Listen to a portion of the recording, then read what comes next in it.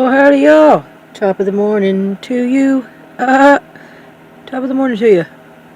Let's watch something kind of interesting together. Hope I got my volume up and stuff, and my picture quality's cool. It's almost cool. Oh, it's as cool as it gets. Alright, let's watch this together. The Morrises are experts in non-lethal weapons technology. They are consultants to the Defense Department, CIA, NSA, and world-renowned think tanks. The technology necessary to project three-dimensional images to a point in space requires no new breakthroughs in science. We have the technology now. Overall, the non-lethal weapons development program is aimed at giving our military options between talking and shooting. The specific system development we really can't talk about. But the Morrises did talk in general about secret military experiments with lifelike 3D projections in the sky called holograms. Holograms on a battlefield would be to divert the attention of the enemy, to deliver propaganda or something very frightening to make the enemy run away if you think that he will believe that what you are sending is really an angel, a devil, a UFO.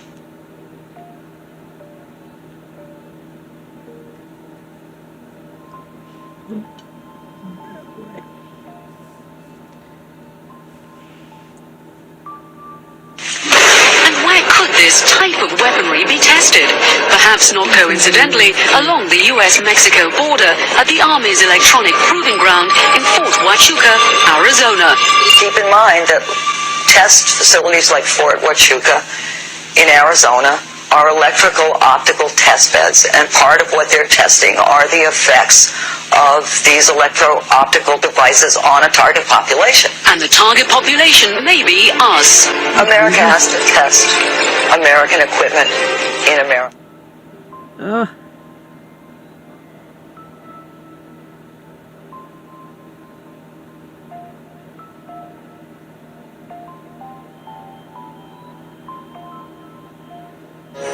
Ultimate weapon in the info war would be so secret, so invisible, so undetectable, you would never know your mind was under attack.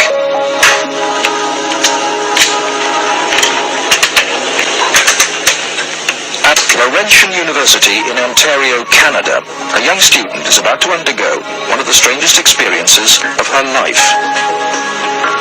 They're hooking Denise's brain up to an electroencephalograph, or EEG machine. For 30 to 40 minutes, this will monitor her brainwaves. While these electric coils attached on either side of her head will immerse her brain in an electromagnetic field. Her brain actually completes the circuit between the two coils. The field pulsing through her brain is less powerful than one given off by a digital clock radio, but acutely controlled and focused at specific parts of the brain, it will open Denise's mind to outside suggestion by this man.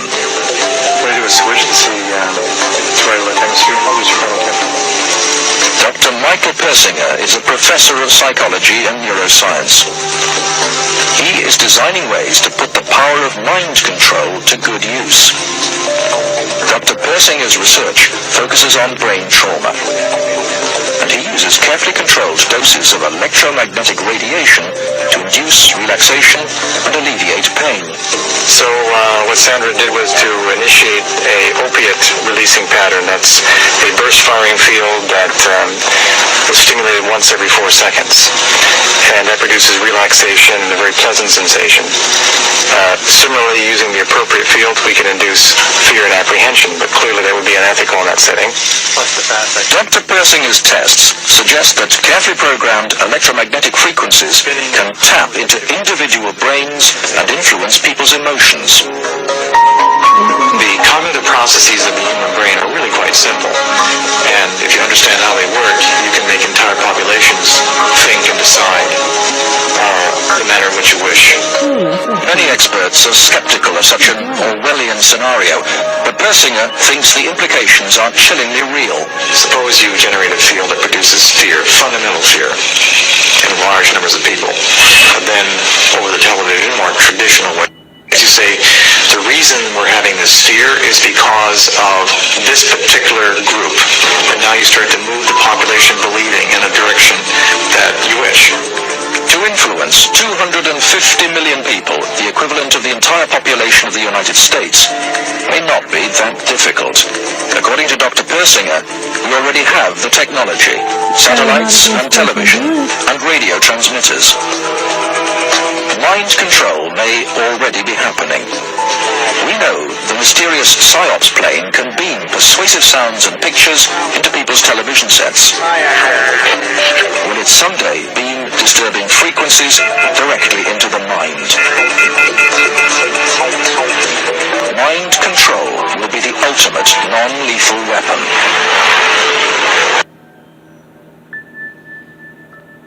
That's the ultimate non-lethal weapon. Jesus.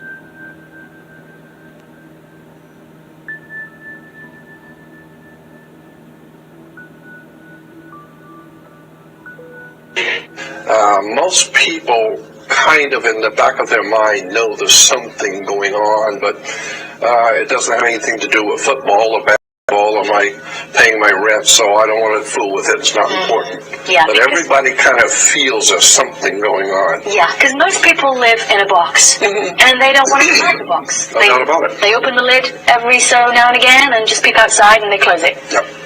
You think the governments are going to let us know at some point? I think, I'll tell you what, again, it's just my opinion.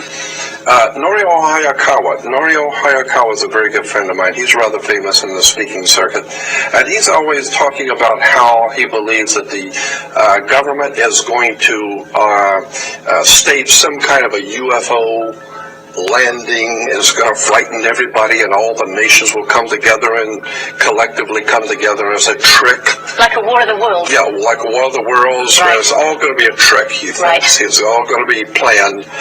And I thought, wow, wait a minute, if you're going to get, there's a lot of intelligent people in this world, and governments are not stupid. So if you're going to pull off something like that, it better look good.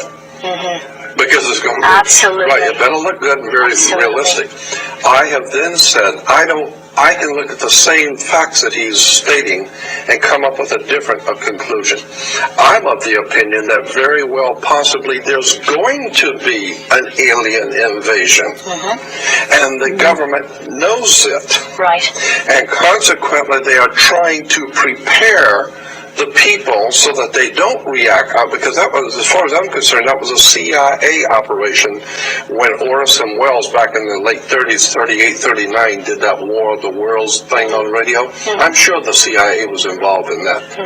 And they wanted to see how the people will react if the people really thought that there was an alien invasion from another world. It was called War of the Worlds. Right.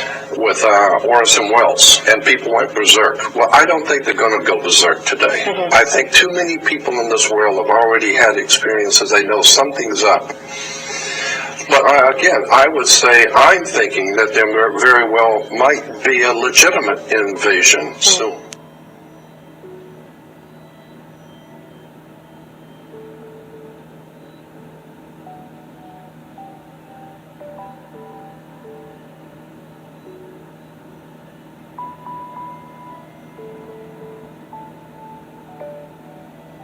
No, so never a straight answer.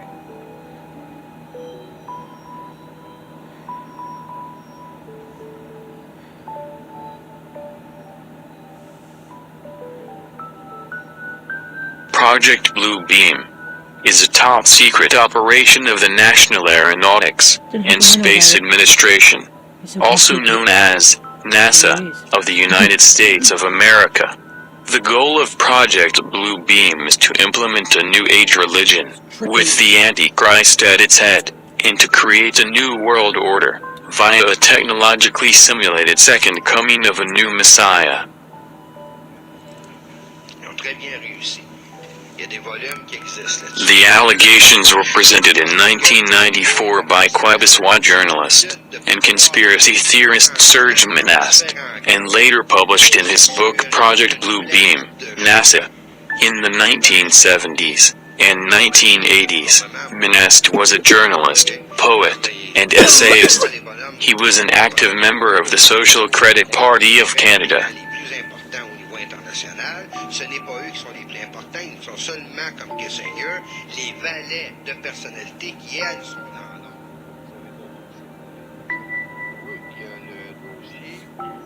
In the early 1990s, he started writing on the theme of the New World Order and conspiracies hatched by secret societies, being particularly inspired by the works of William Guy Carr. Monast founded the International Free Press Agency, where he published most of his work on these themes, achieving some prominence with an interview on esotericist and ufologist Richard Glenn's TV show, Esoterism Experimental, in which he repeatedly warned his audience about the dangers of a world government.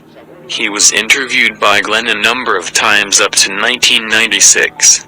In 1994, he published Project Blue Beam, NASA, in which he detailed his claim that NASA, with the help of the United Nations, was attempting to implement a New Age religion, with the Antichrist at its head, and start a new world order, via a technologically simulated second coming of Christ. He also gave talks on this topic.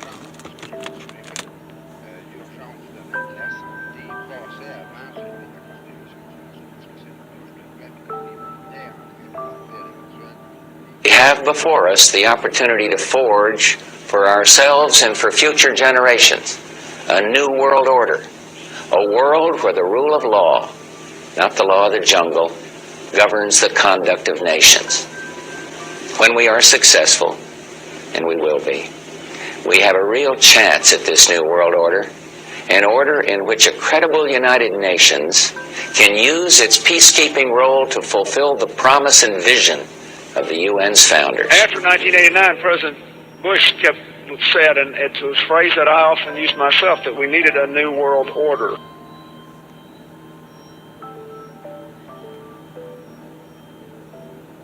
During the conflict with Saddam Hussein, which he handled so superbly in a short-term sense, we kept talking about a new world order. And then President Bush, at the end of that war, promised he would give 4 graduation addresses, 4 commencement addresses, a new world order and what America's role was going to be in it. Turned out he gave one of those addresses and canceled the other 3 and talked about something else. That's what, because they weren't ready yet. That in fact we're all going to have to give up a little bit of our sovereignty in order to make the world work.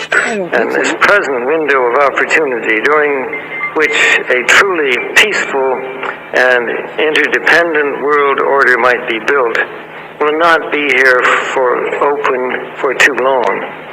Already there are powerful forces at work that threaten to destroy all of our hopes and efforts to erect an enduring structure of global cooperation. Are you optimistic a global system can happen from what we've heard so far? It could happen, and in fact it's in the work. By 1995 and 1996, Monast said he was being hunted by the police and authorities for involvement in networks of prohibited information. He had homeschooled his 2 children, who were then taken away, and made wards of the state in September 1996 so that they would receive a public education. Serge Monast died of a heart attack in his home in December 1996, at the age of 51, the day after being arrested, and spending a night in jail. His followers claim his death was suspicious, suggesting he was assassinated by psychotronic weapons to keep from continuing his investigations. That's a shame. Aww. Ladies and gentlemen, the very word secrecy is repugnant in a free and open society, and we are, as a people, inherently and historically opposed to secret societies, to secret oaths, and to secret proceedings. We decided long ago that the dangers of excessive and unwarranted concealment of pertinent facts far outweighed the dangers which are cited to justify it. Even today, there is little value in opposing the threat of a closed society by imitating its arbitrary restrictions. Even today, there is little value in ensuring the survival of our nation if our traditions do not survive with it. And there is very grave danger that an announced need for increased security will be seized upon by those anxious to expand its meaning to the very limits of official censorship and concealment. That I do not intend to permit to the extent that it's in my control. And no official of my administration, whether his rank is high or low, civilian or military, should interpret my words here tonight as an excuse to censor the news, to stifle dissent, to cover up our mistakes, or to withhold from the press and the public the facts they deserve to know. For we are opposed around the world by a monolithic and ruthless conspiracy that relies primarily on covert means for expanding its sphere of influence, on infiltration instead of invasion, on subversion instead of elections, on intimidation instead of free choice, on guerrillas by night instead of armies by day. It is a system which has conscripted vast human and material resources into the building of a tightly knit, highly efficient machine that combines military, diplomatic, intelligence, economic, scientific, and political operations. Its preparations are concealed, not published. Its mistakes are buried, not headlined. Its dissenters are silenced, not praised. No expenditure is questioned, no rumor is printed, no secret is revealed. No president should fear public scrutiny of his program, for from that scrutiny comes understanding, and from that understanding comes support or opposition, and both are necessary. I am not asking your newspapers to support an administration, but I am asking your help in the tremendous task of informing and alerting the American people. For I have complete confidence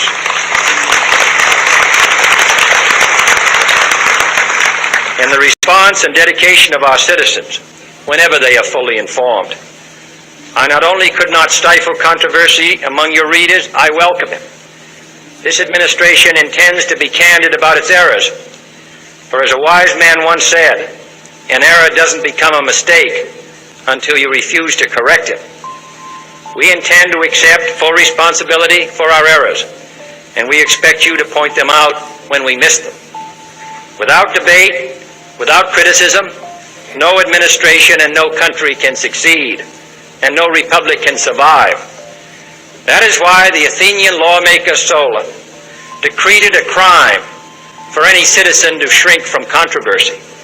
And that is why our press was protected by the First Amendment, the only business in America specifically protected by the Constitution, not primarily to amuse and entertain, not to emphasize the trivial and the sentimental, not to simply give the public what it wants, but to inform, to arouse, to reflect, to state our dangers and our opportunities, to indicate our crises and our choices, to lead, mold, educate, and sometimes even anger public opinion. This means greater coverage and analysis of international news, for it is no longer far away and foreign, but close at hand and local. It means greater attention to improved understanding of the news, as well as improved transmission. And it means, finally, that government at all levels must meet its obligation to provide you with the fullest possible information outside the narrowest limits of national security. And so it is to the printing press, to the recorder of man's deeds, the keeper of his conscience, the courier of his news, that we look for strength and assistance, confident that with your help, man will be what he was born to be, free and independent. The Project Bluebeam operation has 4 different steps in order to implement the New Age religion, with the Antichrist at its head. The New Age religion is the very foundation for the New World government. Without a universal belief in the New Age religion, the success of the New World Order will be impossible to implement.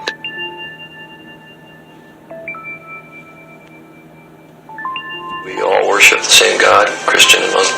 I think we do. We have different routes of getting to the Almighty. Do Christians and non-Christians, do Muslims go to heaven, in your mind? Yes, they do. We have different routes of getting there. I think everybody that loves Christ or knows Christ, whether they're conscious of it or not, they're members of the body of Christ. And that's what God is doing today. He's calling people out of the world for His name, whether they come from the Muslim world or the Buddhist world or the Christian world or the non-believing world. They are members of the body of Christ because they've been called by God. They may not even know the name of Jesus, but they know in their heart that they need something that they don't have, and they turn to the only light that they have. And I think that they are saved and that they're going to be with us in heaven. Till I die, I'll proclaim nothing but love for all my brothers and sisters in Christ, my Catholic brothers and sisters, Protestant brothers and sisters, Christian Reformers, Lutherans, I don't care what label you are. And you know, Jack, there are so many other Protestant ministers who are doing the same thing as you. Yes. You're comfortable with the Vatican? Oh, I'm very comfortable with the Vatican. I've been to see the Pope several times. They believe in Christ.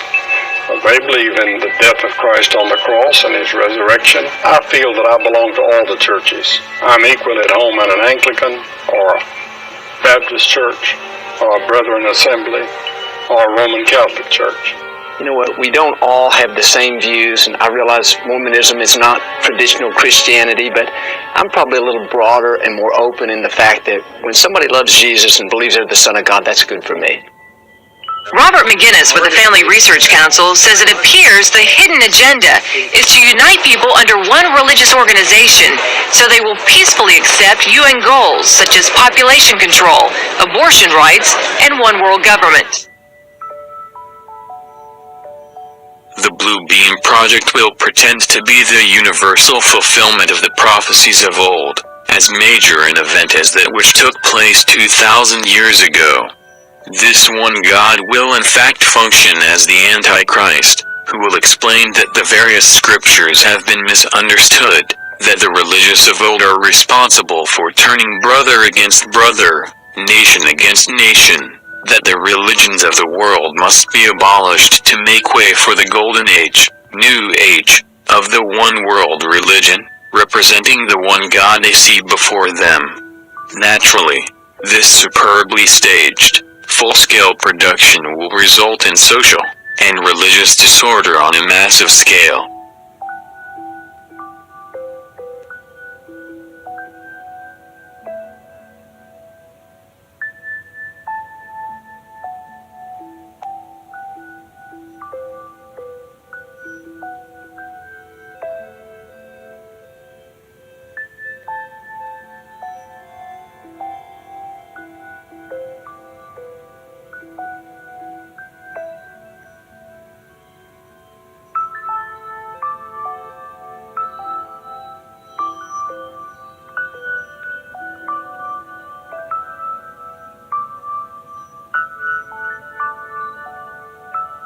Well, archaeologists in southern Israel making a major discovery, shedding new light on biblical history, uncovering a 3,000-year-old metropolis, once inhabited by the Philistines.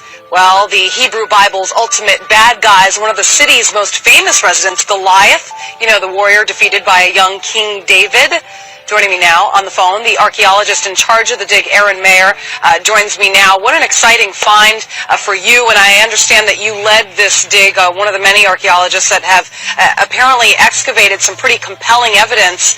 What did you find this week in the city of Gath? Well, first of all, good evening, Julie, or in Israel it's good evening, over there it's good afternoon.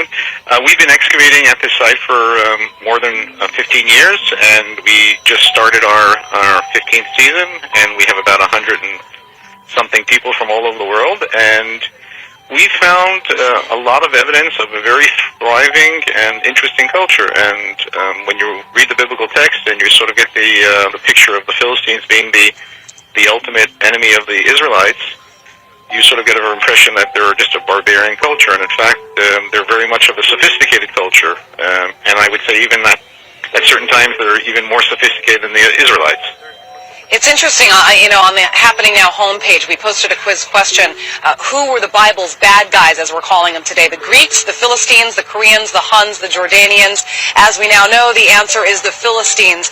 And you were talking about shedding some light on the culture of the Philistines, who are of course, arch enemies of the Israelites. What is it about what you found that proves or disproves that theory?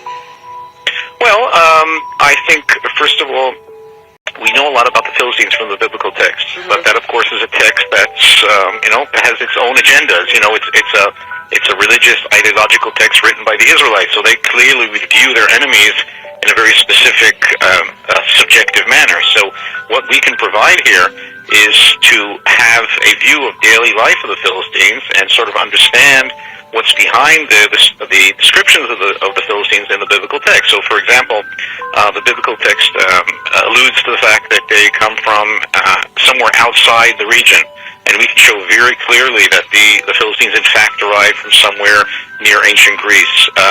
We hear of Philistines with names that are non-Semitic, such as Goliath, such as Achish, and others. We can show this based on the archaeological evidence. And we can even show very simple things of daily life, substantial differences between the Philistines and the Israelites, which probably in ancient times really define these two cultures. Just like today, we very often define the differences between ethnic groups based on what they wear, what they eat. So, for example, the Philistines ate pig and dog meat. The Israelites wouldn't touch that. So this is probably things that were very substantial. And when you look at stories of, like, Samson fighting against the Philistines, but he didn't only fight against them, he also married a couple of them. So there's a very intricate relationship between the Philistines and the Israelites. And it still is. Aaron Mayer, thank you very, very much. We appreciate you coming on. We're going to take a... The first step of Project Blue Beam concerns the breakdown of all archaeological knowledge. This will apparently be accomplished by faking earthquakes at precise locations around the planet. At these new locations, supposedly new discoveries will finally explain to all people the error of all fundamental religious doctrines, specifically the Christian and Muslim doctrines. The falsification of this information will be used to make all nations believe that their religious doctrines have been misunderstood for centuries and misinterpreted. These new rediscovers will be used to discredit all fundamental religious doctrines. This is the first preparation for the plan for humanity, because what they want to do is destroy the beliefs of all Christians and Muslims on the planet. To do that, they need some false proof from the far past that will prove to all nations that their religions have all been misinterpreted and misunderstood. All right, it is great to have you along for breakfast this morning. Our next guest, 𝕃.ℝ, is the caretaker of what's referred to as the Star Child skull, an unusually shaped skull found in Mexico. Now, he's in the country in New Zealand this week raising money to research the skull's origins, which he believes could be alien. 𝕃.Ⅎ is with me. Good morning to you. Thank you. And welcome to New Zealand. Good to be here. We've got a couple of skulls here, and we only have a few minutes, and you've spent how many years on this project? 11th year. 11th year. We only have a few minutes. These are model skulls. This is the skull of a slightly smaller than usual normal human being. Right. And this is an exact replica of the skull that was found in Mexico in, 1930? Right, exactly. Right. Well, the differences are that the bone in this one is half as thick as it should be. If you pick them up and feel... The difference in weight is substantial. Exactly. Yeah, if you roll that one, you'll see.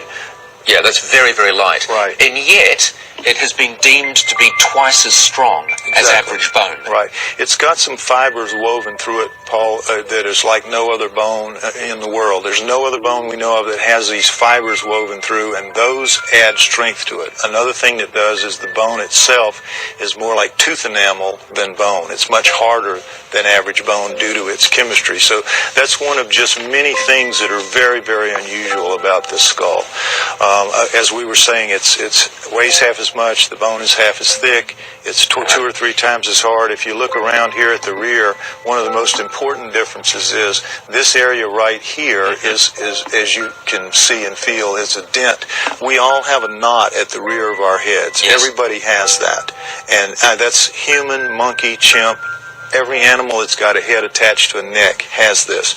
This does not. This is missing that. Right. There are also some interesting nasal formations there too, aren't there? Well, it has no sinuses, for example. It's got very, very shallow eye sockets. So if it had eyes like human eyes, it would be very dangerous because it would be bulging off the face. Now, the one thing that, I mean, there are certain things we know as an absolute fact. We know as an absolute fact that this is bone. We know as an absolute fact that it is a skull. Exactly. So those things we know. Now lay people are going to look at that and they're going to say, is it not just a deformity? We've had experts of various kinds look at it in great detail, and they can't come up with a deformity that would cause all these things to change about it. It's chemistry, put fibers in the bone, give it such an increased brain capacity, take away its sinuses. When you add up all the things that are different about it, there's no deformity known that makes it that way. Plus, we have the fact of a DNA test that was run already that's established that its mother was human and its father was not. We don't know what his father was. From preliminary DNA test, because obviously you want to raise some more money to do much more. It's a human-alien hybrid of some kind.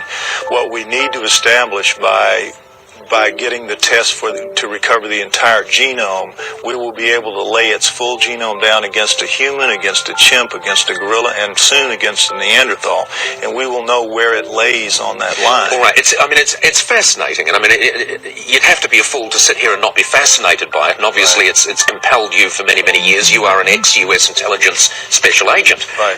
But when you say its mother was human, its father was an alien, a huge number of people will think you are a kook. Right. Well, they have every right to think that. When I first saw it and they first gave it to me and I first started, I thought, sure, it was on Sunday at the Mount Albert War Memorial. If anybody interested in attending, contact uncensored.co.nz or co-nz, however you say it. Yep. Right. Uncensored Magazine. John Eisen has brought me over to speak at that. And we will have details on our website too, so people can go to our website. Lloyd, thank you very much for joining us. Thank you, Paul. That is extraordinarily light. Feel how light that is. So it's half the weight, twice the strength. Pass me the other one, please. Sure. Ooh. Didn't you believe me, Ali? No, I believed you. I like to get my hands on things for myself. Thanks. That's extraordinary. Yeah. Oh, I'd really like it's to hear weird, the full story from you on Sunday. Yeah. Thank you very much.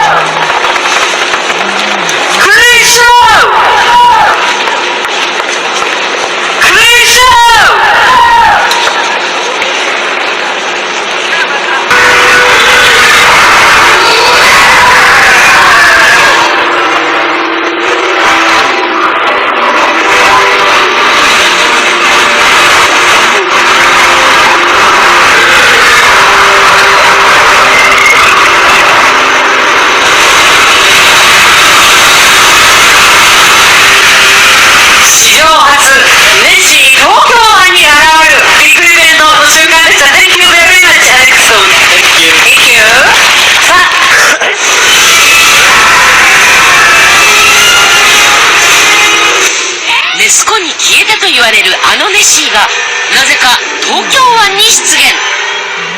お台場の海で暴れるこのネッシー、実は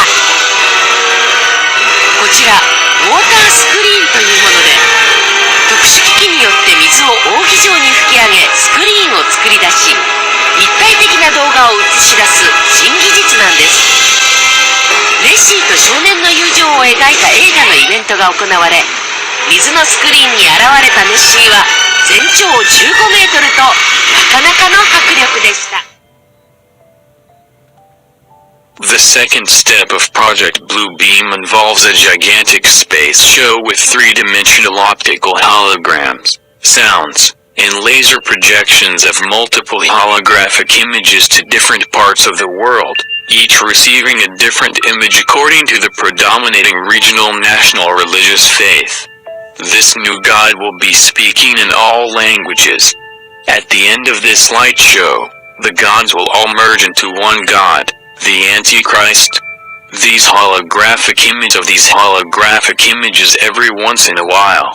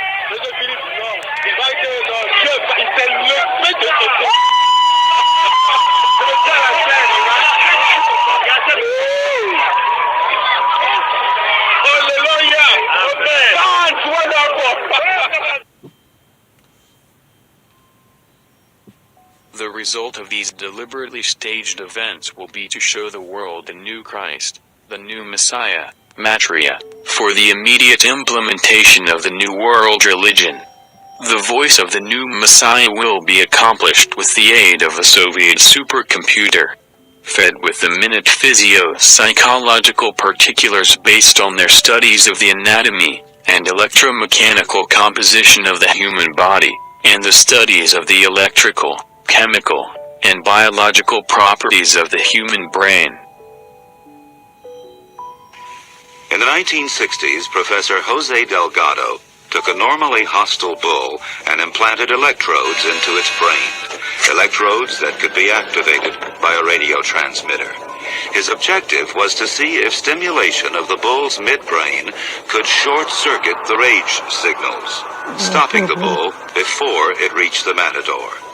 After the bull had recovered from the implantation and in mid-charge, the button was pressed. The bull's aggression ceased instantly.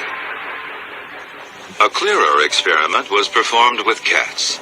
In this classic example, the hypothalamus, the rhythm maker, was implanted with electrodes.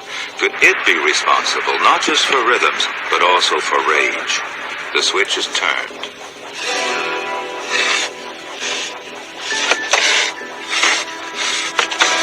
Then the switch is turned off. So indeed, the hypothalamus does control certain types of aggression. This is CIA Director David Petraeus in a speech he made or a talk he talked about the Internet of Things. This is what he said. Items of interest will be located, identified, monitored, and remotely controlled through technologies such as radio frequency identification, microchips, sensor networks, tiny embedded servers, and energy harvesters, all connected to the next generation of internet using abundant, low-cost and high-power computing that would transform the art of spying and allow people to be monitored and automatically without planting bugs or direct infiltration. He said that this involved new technologies which added processors and web connections to previously home appliances like fridges, ovens, lighting systems. Remember that for a second. This is known as the Internet of Things. Petraeus has confirmed that people would be watched through televisions. These are Orwell's telly screens. So the idea of the smart meters is to create this energetic environment, this information environment, which is delivering information about you to the authorities and delivering information from the authorities at the subconscious level to speak to you. The smart grid is watching you. And the idea then is to connect these grids in different countries into a global grid. They talk about it in their documents. These computers were fed, as well, with the languages of all human cultures, and their meanings.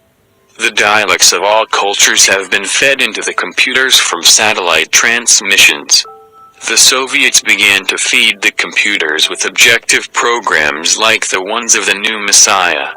It also seems that the Soviets, the New World Order people, have resorted to suicidal methods with the human society by electronic wavelengths for every person, and every society, and culture to induce suicidal thoughts if the person doesn't comply with the dictates of the New World Order. Deadly and dedicated. In this note from White's diaries, it says, "Call Lovell regarding TD."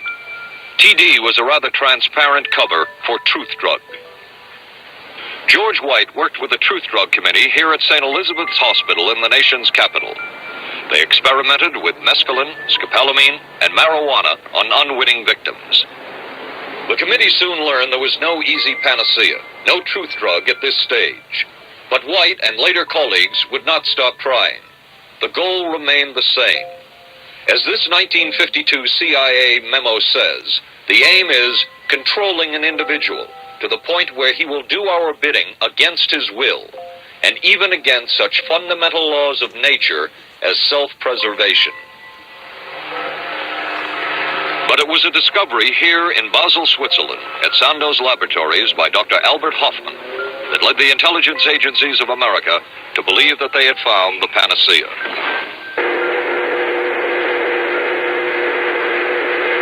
The discovery was lysergic acid diethylamide, LSD.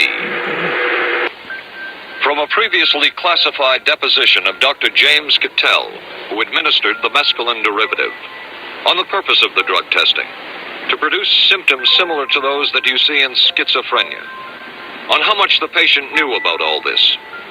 We didn't delineate all the possibilities of what might happen because then you contaminate your experiment. 𝕃.ℏ then relates that he never even knew what drug he had given Harold Blauer because of the secrecy of the Army experiments. We didn't know whether it was dog piss. This was secret. This was a secret. We weren't in on it. We asked Blauer's daughter Elizabeth for her reaction. What? How can anybody react to that? I mean, that is so far from what you'd expect from a human being, never mind a doctor, never mind a professional specialist who's supposed to care about people's minds. It's unbelievable. A suit filed by Elizabeth Barrett against the Army Chemical Corps is now pending in federal court. Other Army experiments continued on mental patients around the country. Work done at the Tulane Medical Center in New Orleans involved several drugs, hallucinogenics, and electrodes implanted in the brain. The chief researcher was Dr. Russell Monroe, now head of the psychiatry department at the University of Maryland. These are various progress reports written by Dr. Monroe and recently obtained by ABC News. From one of the progress reports, a report of a woman who had electrodes implanted in the brain and was then given LSD and other drugs. She became agitated, cried, lapsed into a trance-like state.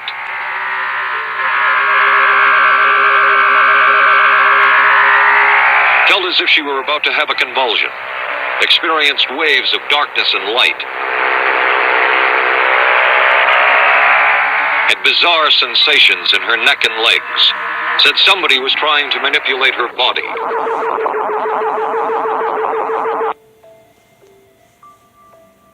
The third step of Project Blue Beam deals with telepathic electronic two-way communication, where ELF, extra low frequency, VLF, very low frequency, and LF, low frequency, waves will reach each person from within his or her own mind, convincing each of them that their own God is speaking to them from the very depths of their own soul. Will you pull me the mainstream news article about the new light bulbs that are going to have computer signals going through them, basically programming and interfacing with your computer, and the other patent number article dealing with the admission that not only does the flicker rate on TV put you into a mesmerized, hypnotized, highly suggestible state, but that not only propaganda messages can be on what's being said on TV, that's one level of propaganda, and the flicker rate puts you in that suggestible state, but that actual data that they can put signals in the flicker that can make you sick, make you angry, make you happy. This is mind control. You know, 100 years ago, how would a hypnotist hypnotize you? You know, they do it by having you watch a flashing light or a watch. Well, this is 21st century versions of that. You know, watch the watch. Listen to me. Do what I say. You know, for those of you out there tuning in for the first time who are hearing this and laughing at what I'm saying, let me just give you a few examples of what I'm talking about. Then I'll get into what's happening in North Africa and the Middle East and what's happening with the economy. Here is, yeah, this is good, but there's one other. There's the actual article on this patent. There's one more article I need, guys. Yeah, thank you. The actual article about the patent. But here's the patent. It's patent 6-506-148, and it's at the U.S. Patent Office. Current U.S. class, current international class, and it's got its coded larger number there, U.S. patent document. This is from January 14th, 2003, and this is just one of countless patent documents that are out there dealing with this, and it's titled Nervous System Manipulation by Electromagnetic Fields from Monitors.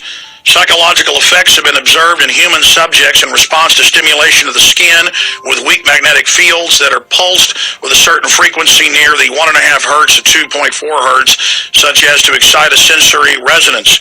Many computer monitors and TV tubes, when displaying pulsed images, emit pulse electromagnetic fields of sufficient amplitudes to cause such excitation.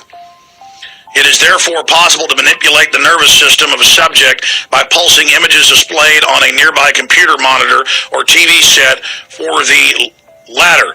The image pulsing may be embedded in the program material. Did you hear that on the actual video that they're feeding into it, the original signal? Or it may be overlaid by modulating a video stream, either with an RF signal or as a video signal.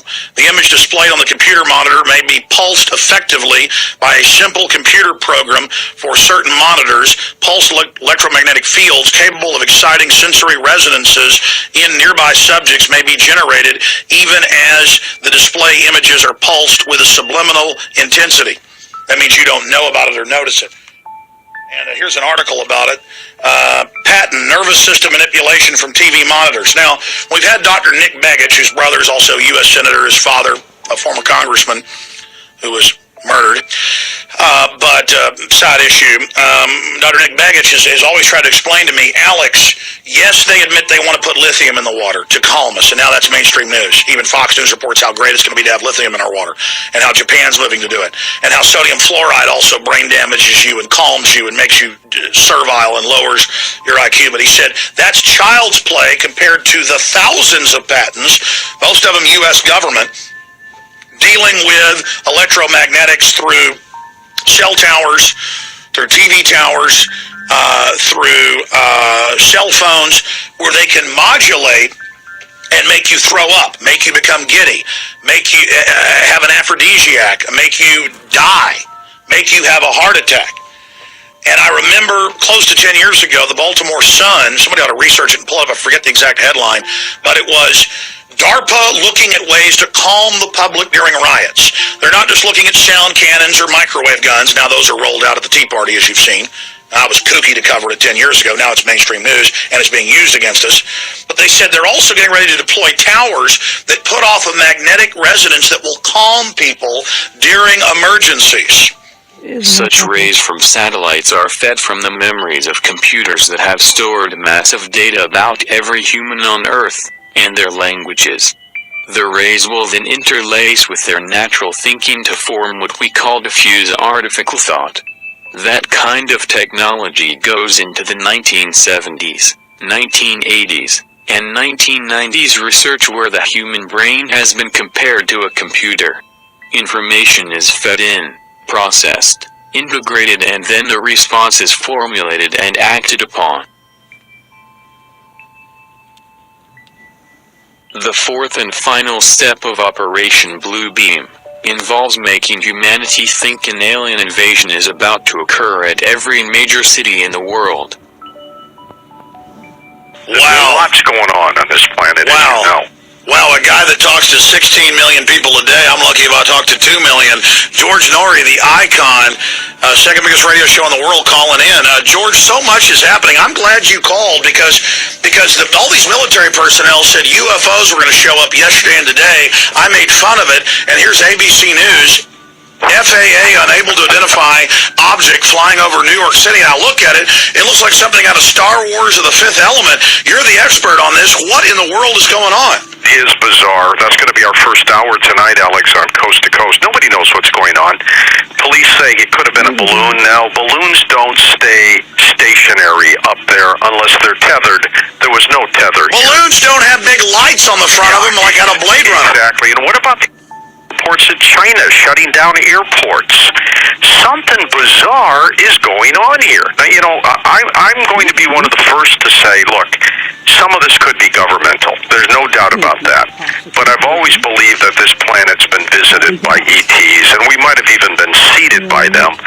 But something's going on. If all this is real, and they're coming back now, it's strange. But you got to remember, there's always been a talk about Project Bluebeam, and that is a false flag, a UFO invasion to get us all riled up so the New World Order can do what they want to do. You're aware of it, I'm aware of it, and I think we need to constantly watch that possibility. People can find out all of this at 𝕃.ℝ.𝔹, but the final issues I want to cover with you, you were just on, wasn't it just last week, David? Yeah, last week, mate. And we were talking about Project Bluebeam, a staged fake alien invasion. And folks, if you don't believe us, just search the term Project Bluebeam. Part of it's been declassified. It goes back to the 60s and 70s. And in the 90s, they declassified stuff. I even saw in Popular Mechanics about 3,000-foot holograms the Pentagon can project of the Easter Bunny, Jesus, Buddha, whatever they want. You know, David Icke, I mean, you know, they can project Superman up there. They can project Alex Jones. They can project, you know, George Bush, Kim Jong-il.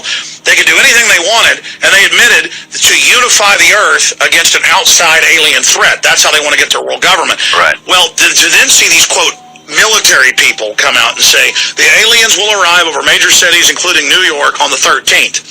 And then we're going to show that ABC News article up on screen right now that I'm going to 𝕃.ℝ.𝔹 Brzezinski after that. Sorry, I flipped that on the guys. FAA unable to identify object flying over New York City, and it looks like something out of Star Wars / The Fifth Element, hovering with lights on it and everything. Well, we know they've got all sorts of hovercraft. We know the Germans had stuff that looked like flying saucers. Those were the original stories. We know they say the SR-71 Blackbird in service in 55, developed in 52. So they say the fastest plane in the world, over 50 years ago. Total baloney. We know that they kept for 20 years secret the B-2 bomber. We know that DARPA had computers, internet in the 60s. We know all that, but to now have the Pentagon and the press club and all this promotion and all these TV shows and all this push that aliens are about to land. David, I'm going to give you the floor for about 5 minutes on this, and I've got the 𝕃.℉.𝔹 Brzezinski clip and about how we're going to win. We'll get your take on that, and I'll let you get out to some of the other interviews and things you're doing there in New York City. But, I mean, here it is, because this morning I'm like, oh, the UFOs didn't come, and then boom, they arrive. There's reports all over the world.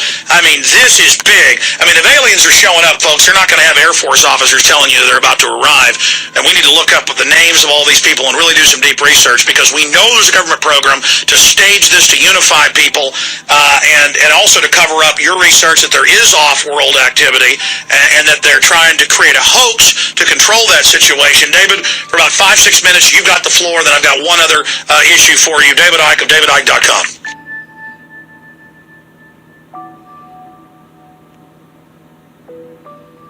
Slowly over time, the New World Order has been trying to convince the masses through conditioning that aliens are real, and are visiting our planet. As part of the Iron Mountain Report, supposedly commissioned by the United States government in the early 1960s, a possible alien threat scenario was envisioned in this report as a means to uniting the masses together against an alien invasion.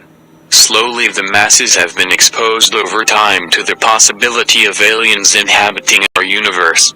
The movie Independence Day was the first to forward this notion, along with Battle, Los Angeles and many others. Manufactured UFO sightings and spacecrafts have been seen for decades and have been increasing in numbers in recent years and months. We have astronauts and military departments from all across Europe and even here in the United States disclosing possible UFO sightings and encounters in a concerted effort to convince us that aliens are real. We even have the Pope and the Vatican's astronomy experts telling us that aliens are real. For you and your children. I couldn't help at one point in my discussions privately with General Secretary Gorbachev, when you stop to think that we're all God's children wherever we may live in the world, I couldn't help but say to him, just think how easy his task and mine might be in these meetings that we if suddenly there was a threat to this world from some other species from another planet outside in the universe. We'd forget all the little local differences that we have between our countries, and we would find out once and for all that we really are all human beings here on this earth together. But there are no aliens there. So then when the Roswell thing came up, I knew we'd get, gazillions of letters. So I had all the Roswell papers reviewed, everything. If you saw that there were aliens there, would you tell us? Yeah. You would? So I think, look, what do we know? We know now we live in an ever-expanding universe. We know that there are billions of stars and planets literally out there, and the universe is getting bigger. We know from our fancy telescopes that just in the last 2 years, more than 20 planets have been identified outside our solar system that seem to be far enough away from their suns and dense enough that they might be able to support some form of life. So it makes it increasingly less likely that we're alone. Oh, you're trying to give me a hint that there are aliens. No, I'm trying to tell you I don't know. Oh. But if we were visited someday, I wouldn't be surprised. I just hope that it's not like Independence Day. Yeah, right. That it's a conflict. Well, now we have friendly Maybe the only way to unite this incredibly divided world of ours. They're out there. We better think of how all the differences among people on Earth would seem small if we felt threatened by a space invader. That's the whole theory of independence. You're right. Everybody gets together and makes nice, and you and Bill O'Reilly would be hiding in a bunker together. Oh, Bill O'Reilly, he'd need every mean thing he ever said about me. I don't care. Look at that.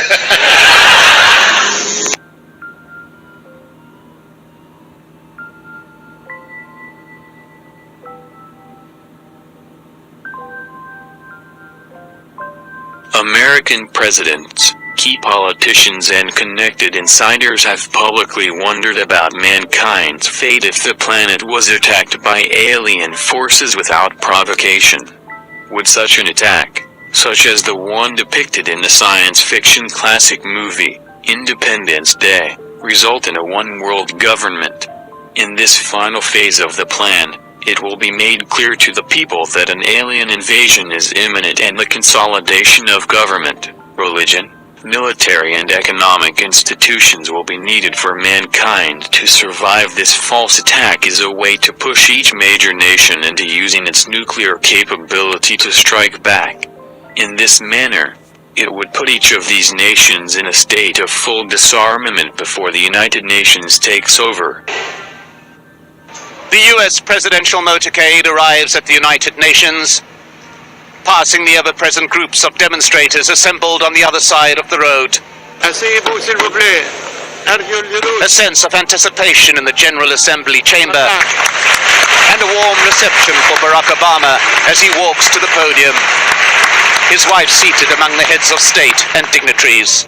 The time has come for the world to move in a new direction. We must embrace a new era of engagement based on mutual interest and mutual respect, and our work must begin now. And the President outlined his vision of a new world order in which the U.S. would participate fully, one rooted on 4 basic principles. Non-proliferation and disarmament, the promotion of peace and security, the preservation of our planet, and a global economy that advances opportunity for all people. UN Secretary General had opened proceedings, sticking to his allotted time, calling for international unity. If ever there were a time to act in a spirit of renewed multilateralism, a moment to create a United Nations of genuine collective action, it is now. Now is our time. A time to put the united back into the United Nations. United in purpose, united in action. And a reminder that this UN building is due to be closed for renovation at the end of these proceedings. Our common ambition is to make this outward renovation the symbol of inward renewal. A renewal, importantly, in which the United States says it is willing to both lead and be part of. Mike Hanna, Al Jazeera, at the United Nations in New York. Paradoxically, this moment of crisis is also one of great opportunity. And you know, I've been here quite often. You mean to this table? At this table. And excessive optimism is not my distinguishing trait. No, it's not. But so there is excessive optimism now? No, I don't think there's excessive optimism. Okay, well, you moderate optimism. I think that when the new administration assesses the position in which it finds itself, it will see huge crises and terrible problems. But it can, I could see that it sees a glimmer in which it could construct an international system out of it. If you look back to the end of the Second World War, many people now think that the period between 1945 and 1950 was in many ways the most creative period or one of the most creative periods of American foreign policy. But it started with chaos and fear of Russian invasion of Europe and governments that were very weak and people who were very... So the United Nations came out of that, the Marshall Plan came out of that. That's right, and NATO came out of that, and later the Truman Doctrine came out of that later. Right. There is opportunity in the crisis because, repeat it for me, because? I think because when you look at the medium-term interests and the long-term interests of the key players, India, China, Russia, America, Europe, they really are importantly parallel. That we should not look at this current situation from a posture of being paralyzed by the symptoms of crisis. Fair enough. Within the crisis, there is opportunity. But when you talk about a new structure, I'm not sure you use the term New World Order. I mean, what is it? Is it simply a world order that's defined by new interest and new mutuality of interest? Well, that's certainly how you have to start. And I know the view that you start by converting the whole world to our political philosophy. I don't think that can be done in 1 or 2 terms of an administration. That's a historic process that has its own rhythm. Has it suffered a setback, A, because of Iraq, and B, because of the economic crisis? That's what suffered a setback. The idea of America leading and building a whole new consensus for a kind of... Look, there are so many problems in the world at this moment that can only be dealt with on a global basis. And that's unique. Proliferation. Environmental. Environment. In some cases, global health. Right. So all of these issues necessitate a global approach. So you don't have to invent an international order. And so every country has to mitigate its pure national interest by the global necessities to some extent. Or define natural interest. Or define its national interest. By the global necessities. But it cannot push its own technically selfish interests in talking to the leaders of the world that I have met and counted in recent months. To what extent their willingness to cooperate with America has been enhanced by the very recent crisis. The economic crisis. The economic crisis, and also the way the whole international system is evolving. And I'm not saying that leaders will be able to be up to all the opportunities that I made as an outsider may perceive. But I think they can start moving in that direction. And I'm actually fairly hopeful that we will be moving in that direction. It seems to me the larger point you're making is that the economic crisis that is prevalent in the United States, in Europe, in Russia, and in China, India, offers an opportunity to make a case for something new rather than something old. Yes, funnily enough, even the jihadist crisis is teaching everybody. It's bringing home to everybody that international affairs cannot be conducted entirely by drawing borders and then defining international politics by who crosses what borders with organized military force. This has now been reinforced by the fact that the financial crisis, which totally unexpectedly has spread around the world, limits the resources that each country has for a foreign policy geared to assertion of its own pure interests.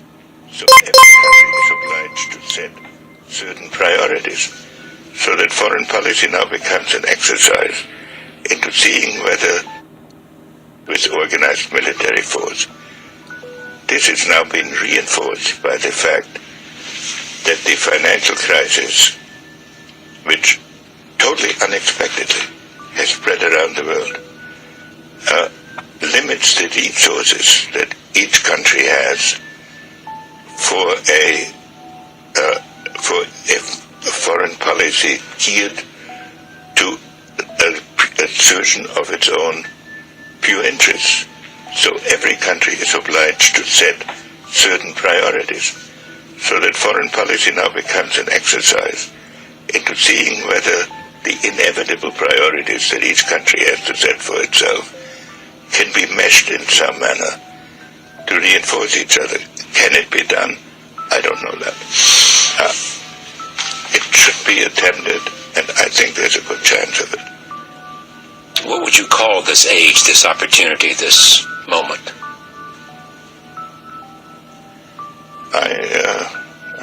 It's a good question. I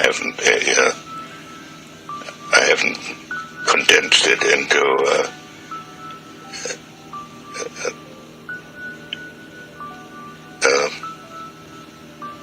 maybe the age of compatible interests. Pretty good. Thank you.